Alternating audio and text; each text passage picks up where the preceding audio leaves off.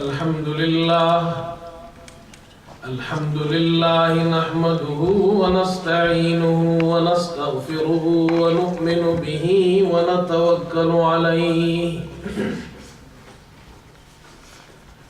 ونعوذ بالله من شرور أنفسنا ومن سيئات أعمالنا من يهده الله فلا مضل له ومن يضلله فلا هادي له ونشهد أن لا إله إلا الله وحده لا شريك له ونشهد أن سيدنا وحبيبنا ومولانا محمدا عبده ورسوله صلى الله تعالى على خير خلقه محمد وآله وأصحابه أجمعين أما بعد فأعوذ بالله من الشيطان الرجيم بسم الله الرحمن الرحيم وإنك لعلى خلق عظيم صدق الله مولانا العظيم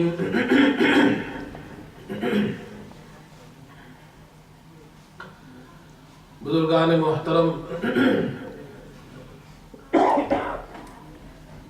اور برادران عزیز، مجھ سے پہلے حضرت مولانا طاہر فیاض صاحب نے سیرت کے حوالے سے انتہائی اہم گفتگو فرمائی ہے۔ اللہ تعالیٰ ان کو جزائے خیر عطا فرمائے اور ہم سب کو اس پر عمل کی توفیق عطا فرمائے۔ حضرت نے مولانا نے سیرت سے متعلق جتنی باتیں اہم تھی وہ بیان کر دی ہے۔ میں کوشش کروں گا اس کار خیر میں بھی حصہ لے کر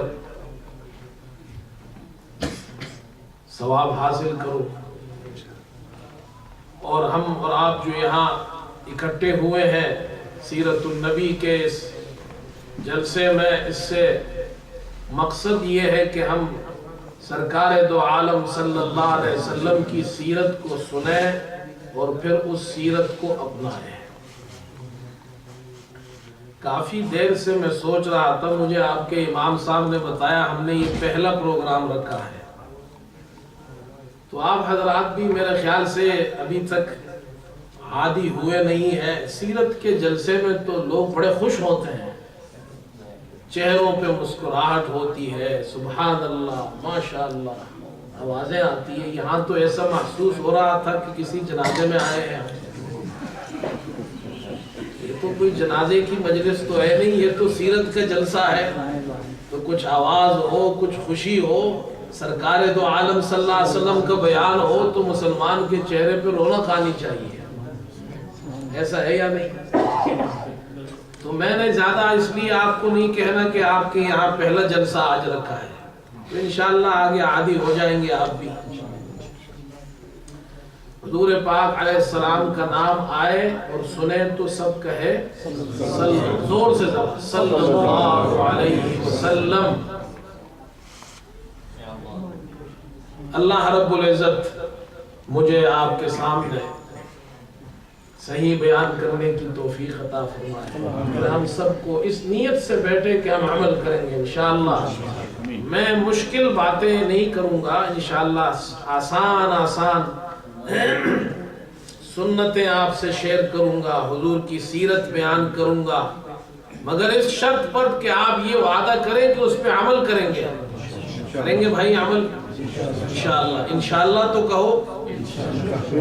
وہ ہمارے یہاں ایک آدمی تھا، وہ قربانی کے دن جانور خریدنے جا رہا تھا، تو مسجد کے قریب سے گزرا تو ہم مولوی لوگ امام لوگوں کا کام کیا ہے، لوگوں کو کوئی ماشاءاللہ سکھاتے ہیں، انشاءاللہ سکھاتے ہیں، سبحان اللہ یہی سکھاتے ہیں، اور تو ہمیں کچھ آتا نہیں جو ہم سکھائیں آپ کو، وہ آپ ہم سے زیادہ جانتے ہیں۔ تو مولوی صاحب نے ان سے پوچھا بھائی کہاں جا رہے ہو؟ انہوں نے کہا میں گائے خریدنے جا رہا ہوں، گائے خرید کر آؤں گا۔ مولوی صاحب نے کہا انشاءاللہ کہو۔ میں کہا انشاءاللہ کہنے کی کیا ضرورت ہے، پیسے میرے پاس موجود ہے، انشاءاللہ تو وہ کہے جس کے پاس پیسے نہیں۔ مولوی صاحب کو خاموش کر دیا انہوں نے، شریف آدمی تھے مولانا، وہ خاموش ہو گئے۔ یہ گئے جانور خریدنے، وہاں بڑا جناب کیا ہے جانور ہے، اور اچھی گائیں انہوں نے پسند کی، اور قیمت بھاؤ تاؤ ہو گیا، بھئی اتنے پیسوں میں دیں گے، انہوں نے کہا ہم اتنے میں لیں گے۔ آخر کار جب سب کچھ ہو گیا تو جیب میں ہاتھ جب ڈالا تو وہ ہاتھ دوسری طرف سے نکل آیا، کسی نے جیب کاٹ لی تھی ان کی۔ اب بڑا شرمندہ ہوا سب کے سامنے کہ گائے بھی گئی اور وہ جناب پیسے بھی گئے، اور لوگوں کے سامنے شرمندہ بھی ہونا پڑا۔ واپس آئے تو پھر مسجد کے پاس سے گزرے، امام صاحب کھڑے ہیں، جی السلام علیکم۔ وعلیکم السلام، جی کیا ہوا؟ آپ تو گائے خریدنے گئے تھے۔ انہوں نے کہا مولوی صاحب انشاءاللہ میں یہاں سے گائے خریدنے گیا تھا، انشاءاللہ میں وہاں پہنچا، انشاءاللہ میں نے سب کچھ کیا، جب جیب میں ہاتھ ڈالا تو انشاءاللہ میری جیب کٹ گئی تھی۔ انہوں نے کہا اب انشاءاللہ سے کچھ نہیں ہوگا، تو انشاءاللہ تو کہو بھائی، تھوڑی سی بات ہو لیکن اس پہ عمل ہو۔ اللہ ہمیں عمل کی توفیق عطا فرمائے۔ سرکار دو عالم صلی اللہ علیہ وسلم کی سیرت مبارکہ بیان کرنا یقین جانی یہ کسی کے بس کی بات نہیں ہے، اور آپ کی سیرت کا کون سا رخ بیان کیا جائے، پیدائش سے لے کر وفات تک پوری زندگی آپ کی سیرت ہے، اس کا ایک ایک لمحہ موتی کی طرح چمکتا ہے۔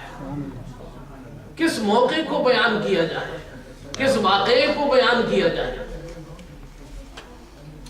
لیکن یاد رکھیے کسی بھی انسان کی سیرت، لوگ کتابیں لکھتے ہیں سیرت کی، عظیم لوگوں کی زندگی اور حالات پر بائیوگرافی، اور ان میں ان کے حالات بیان کیے جاتے ہیں۔ سرکار دو عالم صلی اللہ علیہ وسلم کی سیرت طیبہ ایسی ہے کہ جتنا اب تک لکھا جا چکا ہے، یقین جانیے اتنا اور لکھا جائے، اور سارے دنیا کے سمندر سیاہی بن جائے، اور سارے درخت قلم بن جائے، اور پھر سارے دنیا کے سیرت نگار حضور پاک علیہ الصلوۃ والسلام کی سیرت بیان کرنا لکھنا شروع کرے، قیامت آ جائے گی مگر وہ حق ادا نہیں ہوگا، نہیں کر سکتے۔ آپ کا ایک ایک لمحہ، ایک ایک وقت، ایک ایک گھڑی، دن ہو یا رات ہو، وہ امت کے لیے بہترین نمونہ ہے، وہ آپ کی پاکیزہ سیرت ہے۔ حدیث کی کتابیں آپ دیکھیں گے تو لاکھوں احادیث آپ کو ملیں گی، یہ سب حضور کی سیرت ہے۔ ہندوستان میں امیر شریعت حضرت مولانا عطا اللہ شاہ بخاری رحمت اللہ علیہ، وہ ایک مرتبہ بیان فرما رہے تھے، کہنے لگے حضور کی سیرت میں کیا بیان کروں؟ حضور کی سیرت تو وہ ہے کان خلقہ القرآن۔ امی عائشہ سے کسی نے پوچھا حضور کی سیرت کیا تھی؟ آپ نے فرمایا حضور کے اخلاق، حضور کی سیرت، یہ قرآن پورا کا پورا حضور کے اخلاق ہے، یہ حضور کی سیرت ہے۔ شاہ صاحب فرمانے لگے اللہ نے قرآن کو 23 برس میں اتارا ہے، اور قرآن میرے پیغمبر کی سیرت ہے، جس سیرت کو اللہ نے 23 برس میں بیان کیا، بخاری کتنی دن میں بیان کرے گا؟ کتنے علماء ہیں جو بیان کرتے ہیں۔ حضور کی سیرت عالی، حضور کی صورت عالی، حضور کی سنت عالی، حضور کا ایک ایک لمحہ بلند۔ لیکن میرے دوستو خوش قسمت وہ انسان ہے جو سیرت سے کچھ سیکھے اور اس پہ عمل کرے۔ سرکار دو عالم صلی اللہ علیہ وسلم کی روز مرہ زندگی کم از کم آج کی نشست میں ہم اس کو سنیں اور اس پہ ہم عمل کریں، وہ بہت آسان ہے۔